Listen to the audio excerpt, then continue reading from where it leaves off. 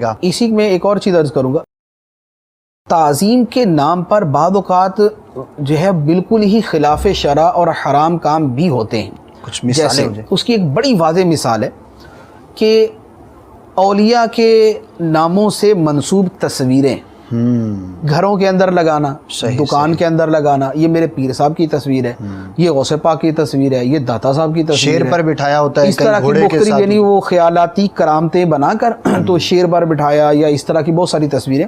یہ جو اولیاء کرام کی تصویریں ہیں، ان کا تعظیم کے طور پر گھروں میں لگانا یا دکانوں پہ لگانا شدید ترین حرام ہے، زیادہ یعنی مطلقاً کسی بھی آدمی کی تصویر جو ہے دیوار پر آویزہ کرنا بر وجہ اعزاز جس کو کہتے ہیں، تعظیم کے طور پہ لٹکانا جو ہے یہ حرام ہے۔ لیکن اولیاء کرام کی تصویریں لگانا، اس کی حرمت انتہائی شدید ہے، حتیٰ کہ اعلیٰ حضرت رحمہ نے بیان فرمایا کہ اس کی حرمت ایسی قطعی ہے کہ قریب ہے کہ اس کی حرمت ضروریات دین میں سے ہو۔ اللہ اکبر، یعنی ضروریات دین میں سے ہونے کا مطلب یہ ہے کہ ایسی قطعی حرمت کہ جس کا انکار کرنے والا کافر ہو جائے۔ اللہ حضرت نوح علیہ السلام سے پہلے جو لوگ تھے، آدم علیہ السلام کے بعد تو سارے مسلمان چلتے آ رہے تھے، ٹھیک ہے۔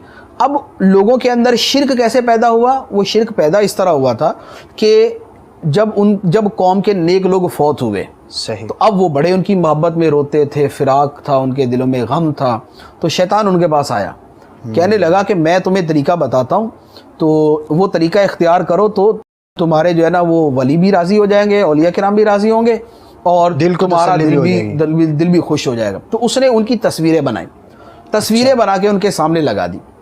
اب وہ نماز پہلے تو اللہ تعالیٰ کے لیے پڑھتے، نماز پڑھتے سامنے تصویر بھی ہوتی، تو یہ ہوتا کہ تصویر کی وجہ سے ذرا خشوع و خضوع میں بھی اضافہ ہو جاتا کہ یار اولیاء کرام کیسی نماز پڑھتے ہوں گے، اس طرح کے تصورات شیطان نے پہلے پیدا کیے۔ لیکن جب زمانہ گزرتا گیا تو زمانے گزرنے کے ساتھ شیطان جہالت میں بھی اضافہ کرتا ہے، لوگوں کی جہالت میں اضافہ ہوتا بھی ہے۔ اب بڑھتے بڑھتے لوگوں نے اسی کو سجدہ کرنا شروع کر دیا۔ اب پہلے تعظیمی سجدہ شروع کیا ہوگا، لیکن بڑھتے بڑھتے پھر ان کو خدا بنا کے ان کو سجدہ کرنا شروع کر دیا۔ تو دنیا کے اندر جو شرک کی ابتدا ہوئی وہ انہی صالحین اور اولیاء کرام کی تصویریں آویزاں کرنے سے ہوئی۔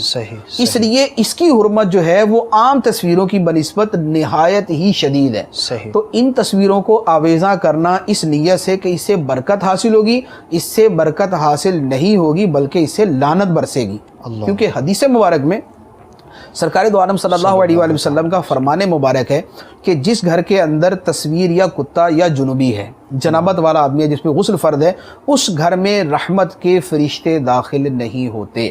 اور خود سرکار دو عالم صلی اللہ علیہ وسلم ایک مرتبہ اپنے گھر تشریف لائے، دروازے کے اوپر جو پردہ لٹکا ہوا تھا اس کے اوپر تصویریں تھیں، سرکار صلی اللہ علیہ وسلم وہیں سے واپس تشریف لے گئے، اور چہرہ مبارک کے اوپر غضب کے اظہار تھے کہ گھر کے اندر جو ہے وہ پردے کے اوپر تصویر لٹکی ہوئی ہے۔ تو یہ تصویریں لٹکانے والا معاملہ جو ہے یہ بڑا شدید ہے، اور اس میں کوئی کسی ولی کی تصویر کی یا ان سے بھی مقدس انبیاء کرام علیہم الصلوۃ والسلام کی تصویروں کی بھی اجازت نہیں ہوگی۔ ایون کہ اگر واقعی کسی کے پاس کسی نبی علیہ الصلوۃ والسلام کی تصویر بھی ہو، اس کو بھی آویزہ کرنا حرام ہے۔ خود سرکار صلی اللہ علیہ وسلم نے جب مکہ مکرمہ فتح کیا، سرکار صلی اللہ علیہ وسلم جب خانہ کعبہ کے اندر تشریف لے گئے تو خانہ کعبہ کے اندر مشرکوں نے حضرت ابراہیم علیہ السلام، حضرت اسماعیل علیہ السلام اور حضرت حاجرہ رضی اللہ تعالی عنہ کی تصویریں بنائی ہوئی تھی، اور معاذ اللہ ایسی تصویریں بنائی تھی کہ ان کے ہاتھ میں وہ جوئے کے تیر وغیرہ بھی جو ہے وہ پکڑائے ہوئے تھے۔ سرکار صلی اللہ علیہ وسلم نے فرمایا کہ اللہ تعالیٰ ان پر لعنت کرے کہ انہوں نے یہ کام کیا کہ انہوں نے تصویریں یہاں پر بنا کر لگائیں۔ پھر سرکار صلی اللہ علیہ وسلم نے خود صحابہ کرام کو حکم دیا کہ یہ تصویریں مٹاؤ۔ کن کی تصویریں؟ حضرت ابراہیم علیہ السلام کی، حضرت اسماعیل علیہ السلام کی، یعنی جلیل القدر پیغمبروں میں سے، عظیم المرتبت رسولوں میں سے۔